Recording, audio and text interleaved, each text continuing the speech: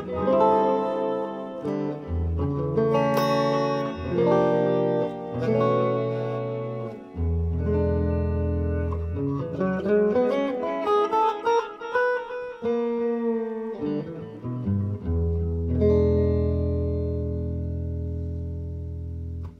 everybody, it's Aspen Pittman again, coming to you from Aspen's Place Recording, beautiful downtown San Fernando, California.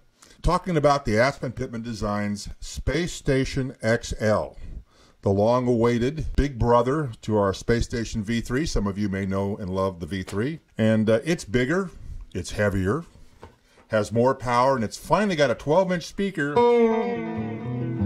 which us guitar players like 12-inch speakers. It's got a couple new features. So, beyond power, beyond big, beyond not needing a sub, there's a couple of new patents. One of them allows us to use a second side speaker, so we don't have to position it directly under the front speaker anymore.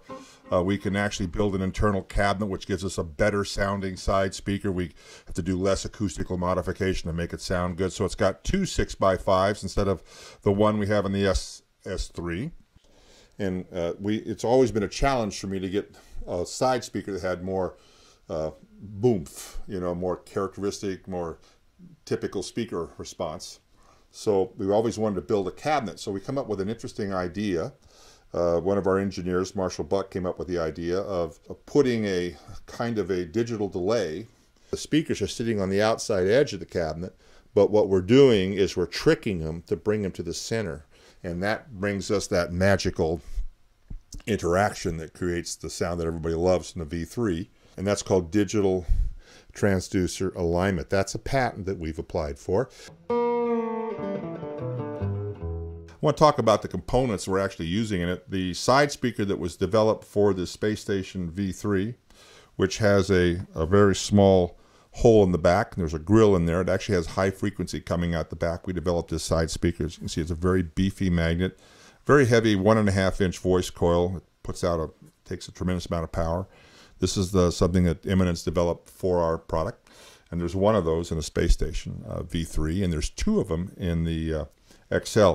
The digital transducer alignment allows us to put one of these on either side of the cabinet. They are wired out of phase, so they work like one big piston, but they also have a cabinet, their own internal cabinet, so it allows us to get a much more efficiency out of them and better sound, and from a traditional cabinet design on them. For the main speaker, we have a redesign, a brand new speaker. It's a polycone, which is kind of like what you might expect in a hi-fi speaker or a studio monitor. Foam surround. It's a 3-inch voice coil, very large voice coil, very large magnet, and it's a coaxial. This is made in America. We actually ship the speakers to a factory in Dongguan, China, which is the Eminence speaker and cabinet factory where they make a lot of amps for different people. And they've been making the V3 from the start for us. It's an American company. The speakers, being the most expensive part of the product, make it about a 50% BOM US made. Kind of proud that we can do that.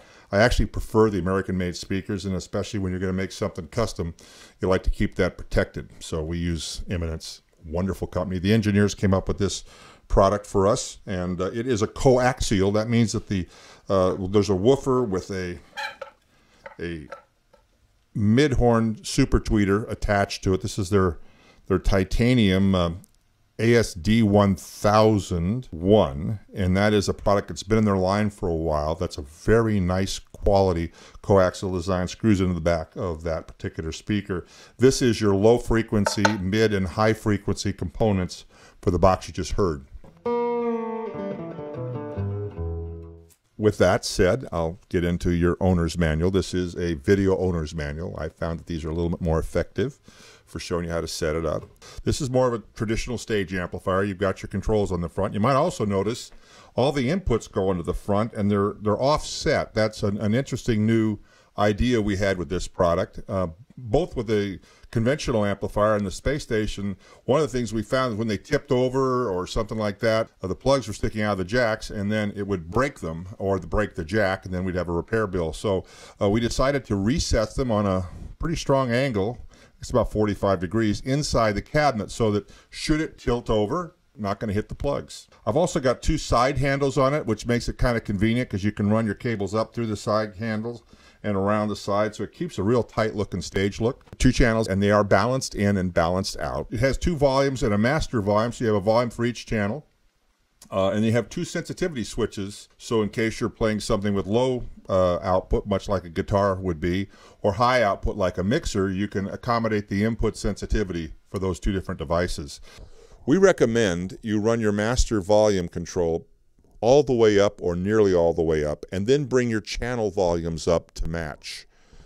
We recommend a low sensitivity setting for a +4 line level device. We recommend a high sensitivity setting for an instrument level like a keyboard or a guitar. We also have a 3-stage LED, one telling you it's on, that's the blue light, one telling you you're getting close to distortion, which is a yellow light, and then a red light that comes on if you're 3 dB away from distortion. If the input is overloading or if the output is reaching its maximum output, the LED will kick in and give you an indication where you are. So we have channel 1 and channel 2, top and bottom there. They go in.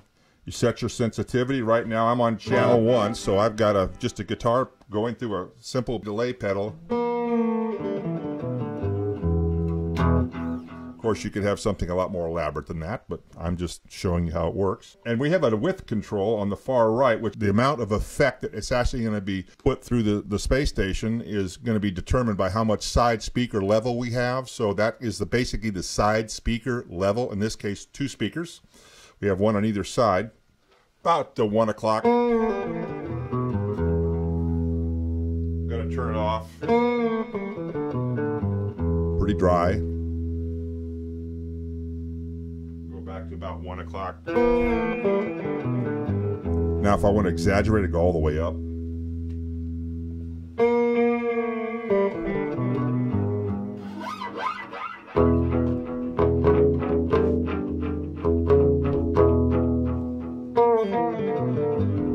Okay, that's a ping pong delay, left, right, hard, left, right.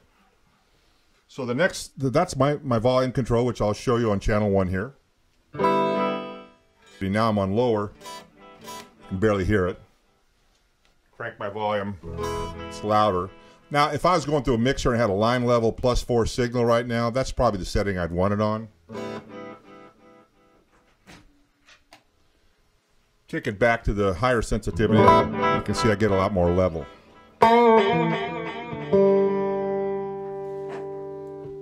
So the same step and repeat for channel 2. You've got the 2 sensitivities and the level control. Next one over is your master level, so that once you've mixed your 2 channels, 2 keyboards, a guitar, a keyboard, mixer, or whatever, you can have one master control on the whole system. And the output of this device, whether it be the left, the right, or the mono on the rear of the panel, which we'll get into in a minute, they're going to be the sum of both of these, how you've mixed them there. Just like a regular mixer, 2 channels in, 1 stereo signal out, or a mono signal if you want to take it to a front of house. The mono signal is also what we would use for the sub output. So the sub is full range, just like the V3. So this time I just made it mono/sub, so you know that it's a mono signal if you want to send it to the house, and that's a +4 line level balanced output. One thing that isn't immediately obvious, and the way I'm playing right now, is the inputs, which are TRS balanced now in a stereo left-right line level. The next control over is your high frequency device. This is a coaxial 12. So finally a 12-inch speaker, which is what us guitar guys like, and also that allows us not to use a sub. So it has a good low frequency characteristic. It's pretty good down to 50 cycles, and it just starts to gently roll off there, so it actually has lower frequency. And then the far knob on the right is the width control, which is literally, as I think I mentioned before, the volume of the side speaker, so how much stereo effect you want is right there. Normally I'd run this between 12 and 3 o'clock. Somewhere in there, depending on how wide you want to be. Depends on the stereo signal, of course.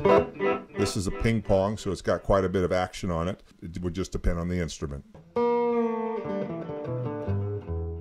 So now we're going to demonstrate a keyboard. Casio, the lovely PX5S we have here in the studio, has a demo mode. Anybody that's ever heard me play keyboard knows that I did not record this demo, but I can play it back really well. Should start. There we go.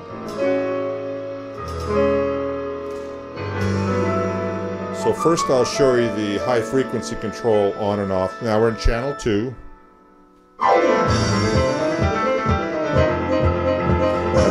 no high frequency device. There comes our top end. Now I'm going to turn the width control, obviously. Now we have no stereo image anymore. We have a mono amp. It's L plus R. Bring it up. And the magic of center point stereo. Stereo everywhere with one box. Sorry I had to interrupt that. Right at the crescendo too, huh?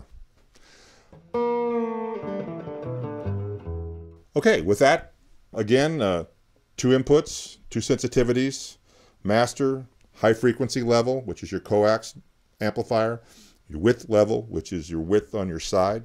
The back has a left, right, and mono output, which are balanced, mono being the sum of left and right. So if you want to send a front of house signal, you've got both XLR and TRS balanced outputs. These are +4 outputs like you'd have from a mixer.